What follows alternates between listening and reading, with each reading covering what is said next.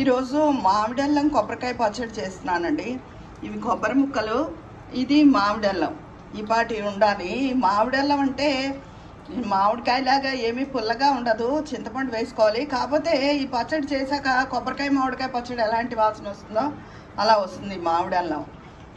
అయితే ఇందులో పోపొచ్చి ఆవాలు, మెంతులు, మినప్పప్పు, ఎండుమిర్చి పోపు వేయించుకోవాలి.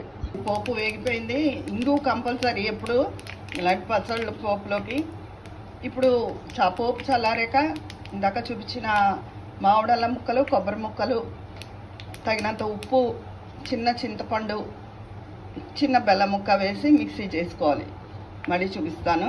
ఇదిగోనండి, ఈ పోపులో ఈ ముక్కలు వేసేసుకున్నాను. మామిడల్లం, కొబ్బరికాయ, తగినంత ఉప్పు, చింతపండు, ఒక్క పిసరు చిన్న బెల్లం ముక్క, చిటికెడు పసుపు వేసుకున్నాను.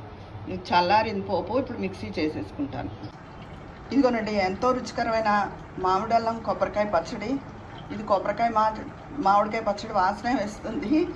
కాకపోతే ఈ మామిడల్లానికి పులుపు ఉండదు. ఉత్తి మామిడల్లం ముక్కలు కూడా పచ్చడి చేసుకోవచ్చు. అది కూడా చాలా బాగుంటుంది. మీరు కూడా ట్రై చేయండి. ఉంటాను మరి.